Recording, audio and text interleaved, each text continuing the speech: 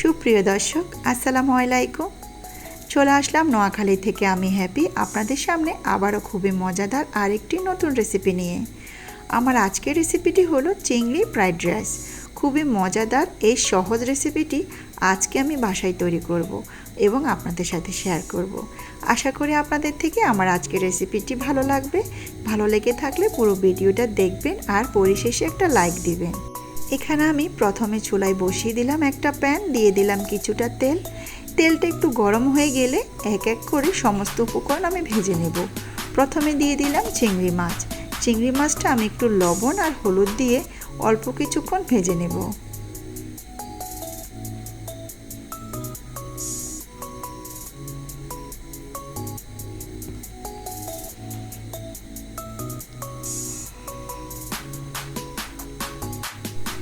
কিছুক্ষণ ভেজে আমি মাছগুলো তেল থেকে উঠে নিচ্ছি। তারপরে ওই তেলে আমি বাকি উপকরণগুলো ভেজে নেব। প্রথমে দিয়ে দিলাম পেঁয়াজ কুচি, দিয়ে দিলাম গাজর কুচি, দিয়ে আমি এই দুটো উপকরণ ভেজে নিচ্ছি। দিয়ে দিলাম আমার আগে থেকে ফ্রিজে ফ্রোজেন করা ছিল পেঁয়াজ পাতা। ওই পেঁয়াজ পাতাটা আমি অল্প কিছুটা দিয়ে দিচ্ছি।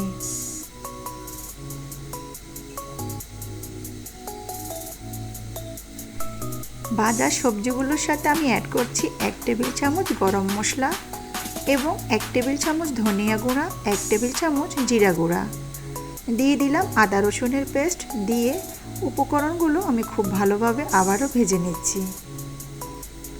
ভাজা শেষে এখন এর সাথে অ্যাড করছি সয়া সস 1 টেবিল চামচ, চিলি সস 2 টেবিল চামচ এবং টমেটো সস 3 টেবিল চামচ। দিয়ে আমি সমস্ত উপকরণ আবারও ভালোভাবে মিশিয়ে নিচ্ছি।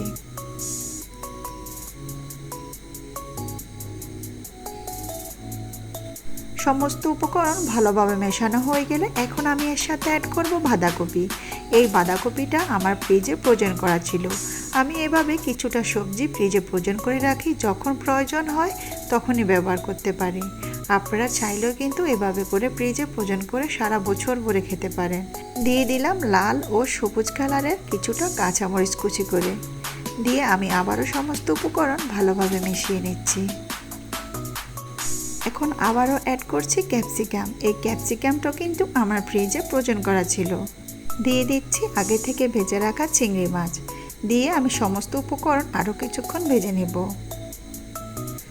তারপরে দিয়ে দিব গোলমরিচ। এখানে সাদা গোলমরিচের গুঁড়ো দিয়ে দিলাম 1 টেবিল চামচ।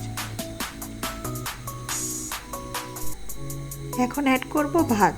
এখানে আমি বাসমতি চাউলগুলো আগে থেকে সিদ্ধ করে ভাতটা রান্না করে নিয়েছি। এখন ওইখান থেকে আমি কিছুটা ভাত দিয়ে খুব ভালোভাবে সমস্ত উপকরণগুলো ভাতের সাথে মিশিয়ে আরও কিছুক্ষণ রান্না করে নেব।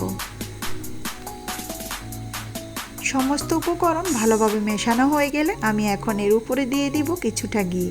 ঘিটা দিয়ে খুব ভালোভাবে মিশিয়ে আমি চুলা থেকে নামিয়ে নেব। দেখলেন তো, খুবই সহজে চিংড়ি ভেজিটেবল ফ্রাইড রাইস তৈরি হয়ে গেল। এরকম ফ্রাইড রাইস ছোট বড় সকলে অনেক পছন্দ করে। আমার বাসার সকলে কিন্তু এই চিংড়ি ভেজিটেবল ফ্রাইড রাইসটা অনেক পছন্দ করেছে, অনেক মজা করে তারা খেয়েছে। আশা করি আপনাদের থেকে আমার আজকের রেসিপিটা ভালো লেগেছে। ভালো লেগে থাকলে বাসায় ট্রাই করবেন। আমাকে কিন্তু কমেন্ট করে জানাতে ভুলবেন না। আমার চ্যানেলটি সাবস্ক্রাইব করবেন, আমার ফেসবুক পেজটা ফলো করবেন আর আপনাদের ভাই বন্ধু সবার সাথে আমার রেসিপিগুলো শেয়ার করবেন। পাশে থাকা বেল বাটনটি অন করে রাখবেন, তাহলে মজার রান্নার নতুন ভিডিওর নোটিফিকেশান সবার আগে আপনার কাছে পৌঁছে যাবে। সবাই ভালো থাকবেন, সুস্থ থাকবেন। আমার এবং আমার পরিবারের সকলের জন্য দোয়া করবেন। আজ এখানে বিদায়। খোদা হাফেজ।